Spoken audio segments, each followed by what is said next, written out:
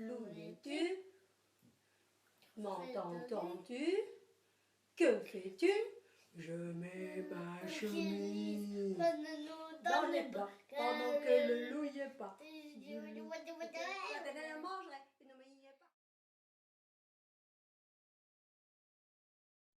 Mais donc moi je m'appelle Jean-François Piemontesi, je suis un habitant de Tarare et je suis venu d'abord pour vous dire merci à tout le collectif, vraiment, parce que si vous n'aviez pas fait le travail d'information que vous avez fait par les tracts que vous avez distribués sur le marché, je pense que si on se contentait de lire la presse, on serait vraiment très mal informé. Je ne sais pas s'il y a un journaliste ici dans la salle, mais vraiment, nous serions très mal informés.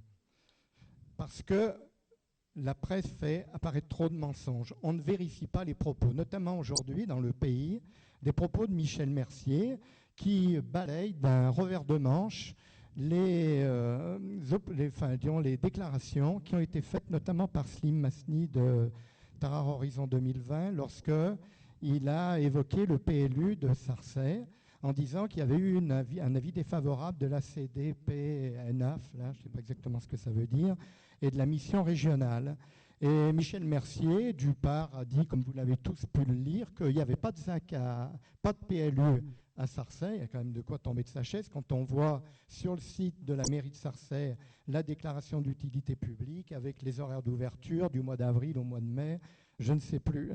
Et puis d'autre part, il n'évoque même pas l'avis défavorable de la CDPNAF et de la mission régionale de l'environnement. C'est dire comment il se moque de tous ces aspects. Parce que la démocratie, vous l'avez évoqué justement, pour moi la démocratie c'est d'abord le respect des autres.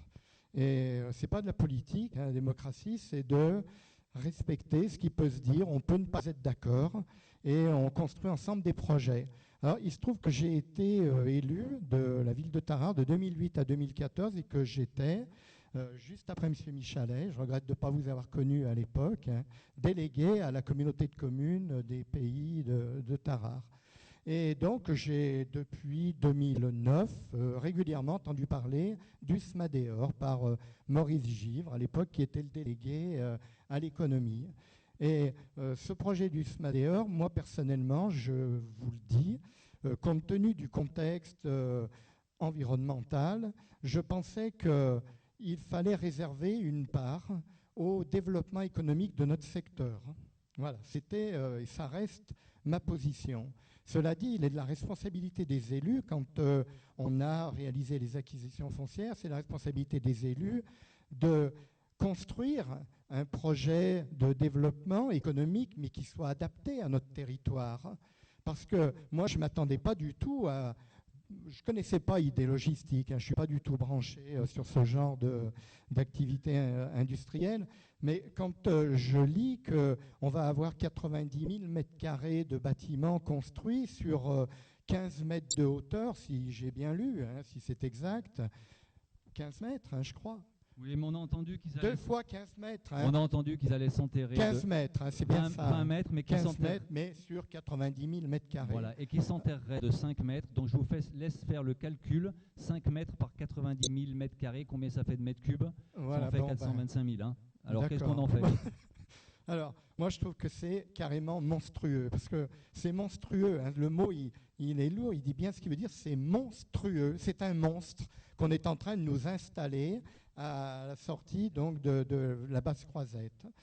Ce que je vais dire, c'est quand on revient de Lyon, moi je ne vais pas souvent à Lyon maintenant, c'est vrai, je ne travaille plus, et je prends l'autoroute pour aller à Lyon quand j'y vais, et quand je reviens, vous savez, on sort de la porte de Lyon, et puis on passe la cave coopérative de Bully, l'ère des pierres dorées, et puis là, on découvre des paysages, c'est notre identité, ce paysage.